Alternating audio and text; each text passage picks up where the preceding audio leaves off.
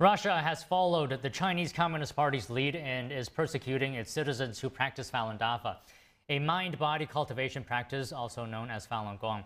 Those who practice have faced over 2.5 decades of persecution in China, including the forcible harvesting of their organs. Joining us now to discuss further is Levi Brody, Executive Director of Falun Dafa Information Center. Levi, good afternoon. Thanks for joining us to talk about this. So what are your first thoughts on the persecution in Russia? How did it begin?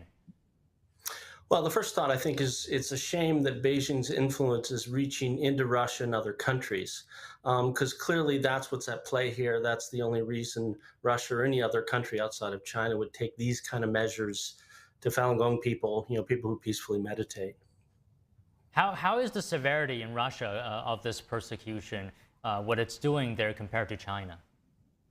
Well, it's nothing compared to China, really. I mean, Russia, like over 100 countries around the world, have people who practice Falun Gong and do so freely and peacefully.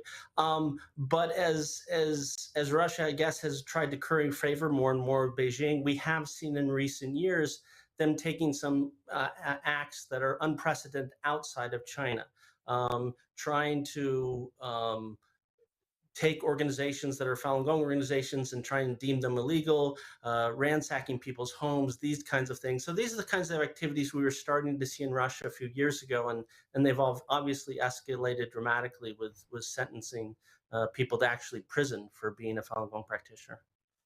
So you're saying that Russia wants to improve its favor with the Chinese Communist Party. So it begs the question, at least in my mind, maybe you can comment, is this more symbolic than actually Russia wanting to do this itself?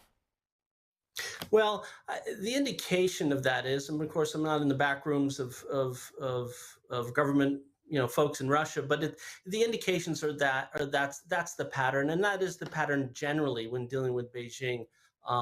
One way to curry favor with Beijing is to go after the dissidents of China, the voices that China wants, the communist regime wants to silence, and Falun Gong is at the very top of that list. And, again, initially, some of the things we saw in Russia, they were correlated to, for example, visits from the CCP leader, Xi Jinping. Just before he'd come into Russia, stuff would happen against the Falun Gong. So it does seem very tied to trying to curry favor with Beijing. Would you characterize as the recent actions that Russia is doing more towards, isolated or widespread or somewhere in between? Well, I think it's somewhere in between. I mean, initially, going back to about 2011, they tried to ban the main book, Zhuang Falun, of Falun Gong, but there wasn't really any more activity beyond that for several years.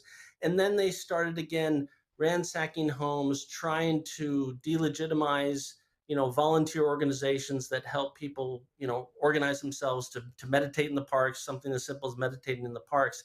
And so they're now starting to go after Falun Gong associations, and now, of course, ransacking homes, taking people to detention centers and throwing people into prison. And in the sentence that just happened, I mean, that was, I think, the third or fourth sentencing. We saw two other sentences, one earlier this year and one at the end of last year. So they are now starting to actually put people into prison for practicing Falun Gong. So we cover the news every day, and you're saying this has dated back a while. So why is it back in the spotlight now? Is there an escalation, would you say? I think there is. I mean, specifically, a woman was sentenced to 4 years in prison just a few days ago in Russia. And I think that's this week why it's in the headlines. But again, there was a sentence earlier this year and one at the end of last year. And I think a total of 8 practitioners around the country in Russia have been detained, again, just for being practitioners of Falun Gong. I think another reason it's also in the news is our government is condemning it. The State Department, the U.S. Commission on International Religious Freedom, both of them came out with statements in the last, I think, 36 hours, condemning this and telling Russia not to do this kind of thing. Is there any consequences that Russia may face for this? Well, I mean, they're already facing condemnation, and that is one thing that's going on. I mean, some of the voices in Washington, D.C. are saying that Russia should be redesignated as a country of particular concern. And so I think these types of things are already in play and are very appropriate given what Russia is trying to do to people who are just trying to meditate and peacefully practice Falun Gong in Russia.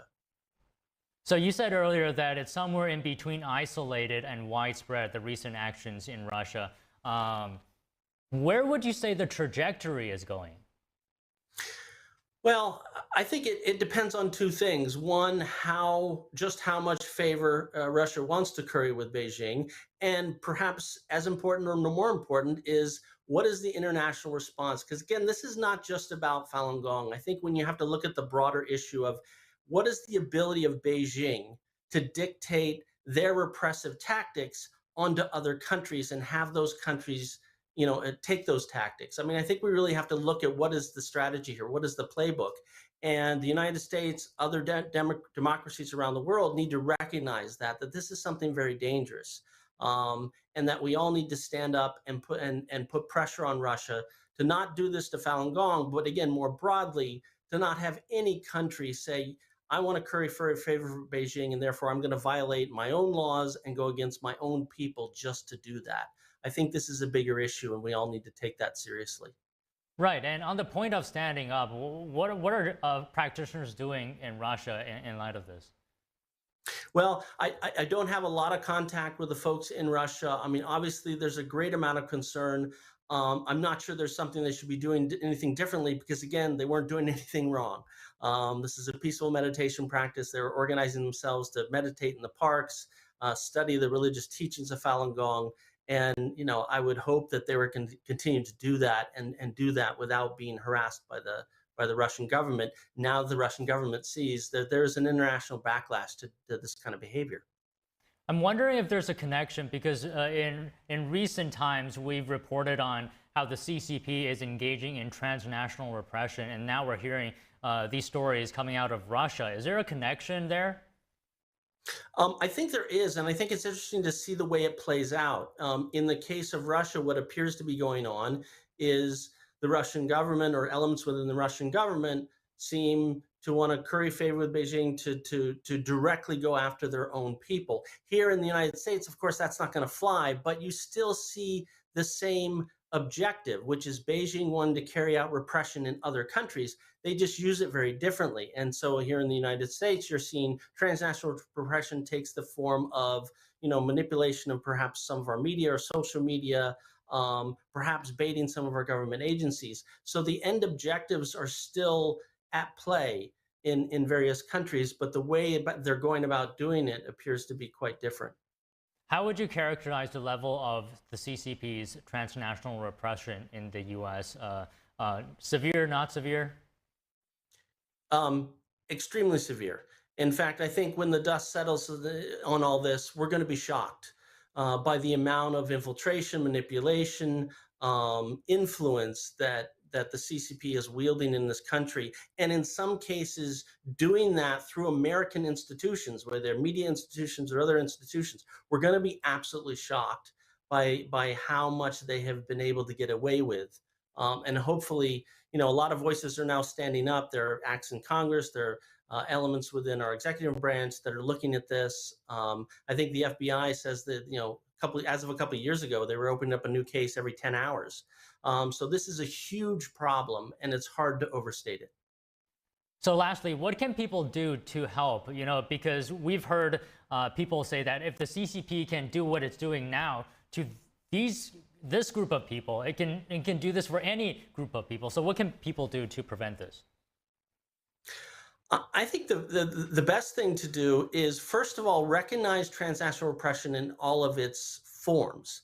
And so when there's a group of people like Falun Gong being targeted here in the United States or other countries because of the economic clout, the political clout of Beijing, everybody needs to rally around that. And we have to stop that in its tracks because, again, it's not going to stop with Falun Gong. If the CCP can get away with this against the Falun Gong group, they're going to go after other groups. And so this really is, in many cases, for the United States and other countries, this is a national issue of our sovereignty and national security. Well, okay, Levi, thank you for your time today. Thank you so much. Two of America's biggest financial institutions are under scrutiny for their roles in the initial public offering of Chinese